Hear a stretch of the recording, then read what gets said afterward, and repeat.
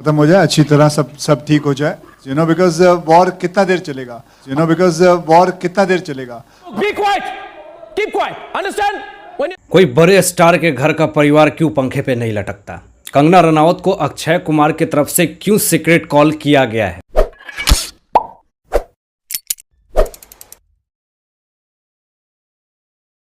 दोस्तों, आप लोगों को पता है कि कंगना रनावत अपनी कोई भी बातें बेबाकी तरीके से रखती हैं और कोई भी स्टेप उठाती हैं उसके पहले ये नहीं सोचती हैं कि आगे वाले का क्या रिएक्शन आएगा।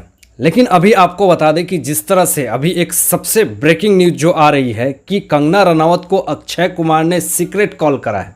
अब उस सीक्रेट कॉल में उन्होंने क्या क्या बातें करी है, क्या क्या बातें बताई हैं, वो सारी चीज़ें कंगना रनावत ने अपने ट्विटर हैंडल पे शेयर किया है और अक्षय कुमार का नाम भी लिया उसमें। दोस्तों, आपको बता दें कि कभी भी बॉलीवुड इंडस्ट्री में हमेशा जो कंगना रनावत अपनी बातें कहती हैं मूवी माफिया को लेकर के, कि मूवी माफिया के कहने पे अक्षय कुमार आकर के मेरी तारीफ कर रहे हैं फिल्म को लेकर के। इस चीज़ का दिक्कत है कंगना रनावत जी को। क्या दिक्कत है मैं आपको बताता हूं कि अगर अभी आलिया भट्ट या दीपिका पादुकोण की कोई भी अगर फिल्म होगी तो उसको वो सोशल मीडिया हैंडल पे शेयर करते हैं, चाहे वो इंस्टाग्राम पे हो, चाहे वो कोई भी न्यूज़ पोर्टल पे हो, उसको वो शेयर करते हैं। लेकिन जिस तरह से कंगना रनावत की थलाइवी फिल्म आई है, उन्हें अपने इंस्टाग्राम पे शेयर करने के बजाय या कोई मीडिया से बात करने के बजाय वो उन्हें सीक्रेट कॉल करते हैं और उन्हें बधाई देते हैं, जिस पर से कंगना रनावत ने ये कहा कि इसमें भी एक ग्रुपिज्म और गैंगिज्म का हाथ हो सकता है, इसमें भी कोई मूवी माफिया का हाथ हो सकता है। किसी के कहने पे अक्षय कुमार ने कॉल करी है। दोस्तों, जो सबसे पहली बात है, अगर उन्होंने सीक्रेट कॉल किया कंगना रनावत जी को तो वो सामने से भी बात कर सकते थे, कोई सीक्रेट कॉल नहीं करते, या फिर उसको सोशल मीडिया पे हैंडल पे शेयर भी कर सकते थे, अपनी बातों को रख सकते थे या फिर मीडिया के सामने अपनी बातों को रख सकते थे। वहीं अगर किसी बड़े नेपो किड का बच्चा का अगर फिल्म होगा, चाहे वो वीडी का होगा, वरुण धवन का होगा, या आलिया भट्ट की गंगूबाई काठियावाड़ी होगी, तो उस पर वो बेबाकी तरीके से बात करना चाहेंगे। लेकिन जो आउटसाइडर है उसके ऊपर इस तरह की जो सीक्रेट कॉल करी जा रही है, ये कहीं ना कहीं दर्शाती है कंगना रनावत की तरफ से कि कहीं कहीं भी बॉलीवुड इंडस्ट्री में आउटसाइडर के साथ किस तरह से भेदभाव किया जाता है। क्या अक्षय कुमार नेपो किड को सपोर्ट करते हैं? यहाँ पे एक बहुत बड़ा सवाल उठता है उनके लिए।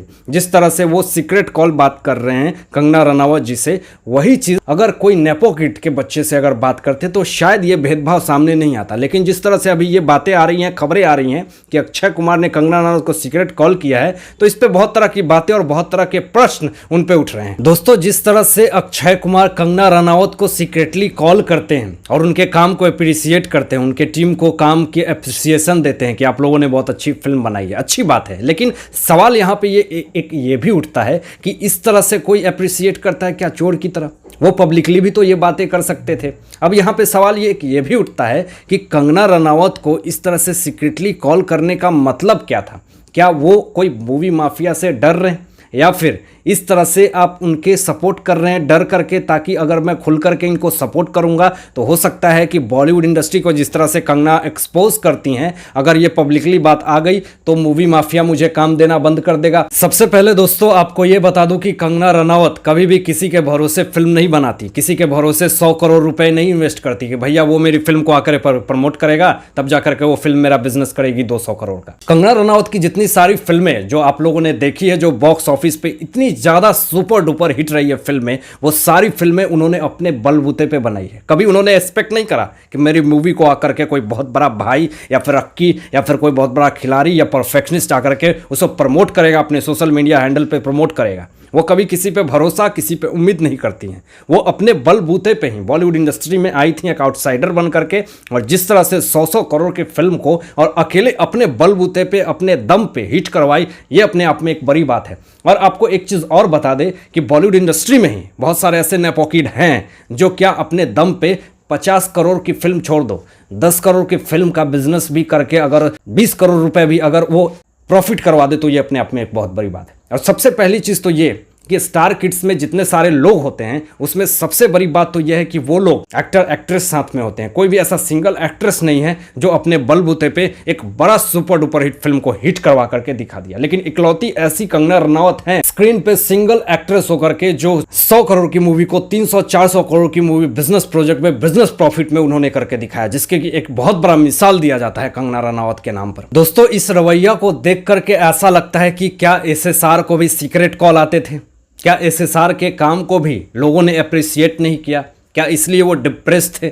जिस तरह से कंगना रनावत को पूरी बॉलीवुड इंडस्ट्री अप्रिशिएट नहीं कर रही है, उनके काम को जिस तरह से खुलकर मीडिया के सामने नहीं बता रही हैं, उनको तो गर्व होना चाहिए। बॉलीवुड इंडस्ट्री में जितने सारे लोग हैं उनको गर्व होना चाहिए कि कंगना रनावत एक ऐसी लेडी है जो कि अपने बलबूते पे, कोई भी एक्टर उनके साथ नहीं है, और 100 करोड़ रुपए की इन्वेस्टमेंट करके एक लॉकडाउन ऐसी स्थिति में फिल्म को रिलीज करना, ये अपने आप में एक ग्रैंड सैल्यूट देने वाली बात है। और आपको बता दें कि अभी लॉकडाउन जैसी स्थिति में बड़े बड़े हीरो, जैसे बड़े बड़े इंटरटेनर सूर्यवंशी, राधे को लॉकडाउन में रिलीज नहीं करने की बात कर रहे हैं, और यही तो कंगना रनावत है जो कि लॉकडाउन हो या फिर कोई भी सिचुएशन हो, कोई भी स्थिति हो, वो फिल्म को रिलीज करने के लिए तैयार है। कुछ लोग तो ये भी ड्रामा करते हैं कि SSR को हम नहीं जानते हैं। कुछ लोग, सारे लोग ये भी अपने कुछ शो में जो खबरें आ रही थी, कुछ लोग ये कहते थे कि मैं SSR को नहीं जानता, ये कौन है? ऐसी खबरें, ऐसी बातें। दोस्तों, आपको भी पता है कि जो MS धोनी जैसे ऐसे super duper blunder hit movie अगर उसने दे रखी है तो बॉलीवुड इंडस्ट्री का कोई एक बंदा नहीं होगा जो SSR को नहीं जानता होगा। लेकिन उसको ऐसी बातें बताई गई कि मैं SSR को नहीं जानता। क्या ये सारी चीज़ों को देख करके, समझ करके उनको ऐसा लगने लगा कि बॉलीवुड इंडस्ट्री में मेरे अगेंस्ट कुछ ऐसी साजिश रची जा रही? अब जो कमिटमेंट की बात करते हैं, जो ये कहते हैं कि भैया मैंने एक बार कमिटमेंट कर दी तो दोबारा मैं किसी की नहीं सुनता, मैं अपने आप की भी नहीं सुनता। और खबरें तो ये आ रही है कि कमिटमेंट इन्होंने राधे का किया था कि ईदी में ईदी देंगे, ईद में ईदी देने वाले हैं, और अभी ये खबर आ रही है कि वो फिल्म रिलीज़ नहीं होगी। तो किस तरह का कमिटमेंट है आप लोग समझ जाइए। लॉकडाउन में बहुत सारी फिल्में हैं जो रिलीज़ की डेट पोस्टपोन्ड हो गई, और उसमें से ये भी हैं, लेकिन कंगना रनावत भी हैं जो अपनी फिल्म को रिलीज कर रही हैं। बॉलीवुड इंडस्ट्री में कहा जाता है कि आपकी सफलता ही आपके दुश्मनों की लिस्ट तैयार करती है। क्या यह बात सत्य है? कंगना रनावत का तो यहाँ तक ये भी कहना है कि अगर आपका बॉलीवुड इंडस्ट्री में कोई परिवार नहीं है तो आपको दबाया जाएगा, आपके साथ भेदभाव किया जाएगा, आपके साथ ग्रुपिज्म होगी, गैंगिज्म होगी। इस तरह की बातें, इस तरह की खबरें कंगना रनावत ने खुलासा करी है, जिससे कि बॉलीवुड इंडस्ट्री में एक हड़कंप सी मच गई। दोस्तों, आपको बता दें कि महिमा चौधरी ने एक इंटरव्यू दिया था एक यूट्यूब चैनल पे, बॉलीवुड नाम से एक चैनल है, उस पर अपना एक इंटरव्यू दिया था। उसमें उन्होंने कहा था कि बॉलीवुड इंडस्ट्री में एक बड़े स्टार के बेटे का एक्सीडेंट क्यों नहीं होता है, कोई बहुत बड़े स्टार के घर में जो नेपो किड होता है वो पंखे पे क्यों नहीं लटकता है, या फिर वो डिप्रेशन में क्यों नहीं जाता जो बड़े परिवार का, खानदान का जो बच्चा या बच्चियाँ हैं। तो इस तरह की बातें महिमा चौधरी ने अपनी बातें रखी कि आखिर आउटसाइडर के साथ ही क्यों भेदभाव किया जाता है। ये सारी चीज़ें कंगना रनावत जी ने भी इस पर खुल करके अपनी बातें, अपनी ओपिनियन शेयर करी थी, जिससे कि पूरे बॉलीवुड इंडस्ट्री में लोगों ने उनको पूरी तरह से टारगेट कर लिया, लोगों ने पूरी तरह से उनके ऊपर ब्लेम करने लगा। और जिस तरह से उनकी फिल्में आई, इसी सब चीज़ों को लेकर के उनके फिल्मों को भी सपोर्ट नहीं किया गया। यही सारी चीज़ें हैं, यही सारी बातें हैं कि कंगना रनावत को लोग आज अप्रिशिएट नहीं करते हैं। ये सारी चीज़ें, लेकिन कब तक? हालांकि दोस्तों, आप लोगों का क्या सोचना है इन सारे बातों पे अपने विचार जरूर व्यक्त कीजिएगा। तो आज के लिए बस इतना ही, धन्यवाद।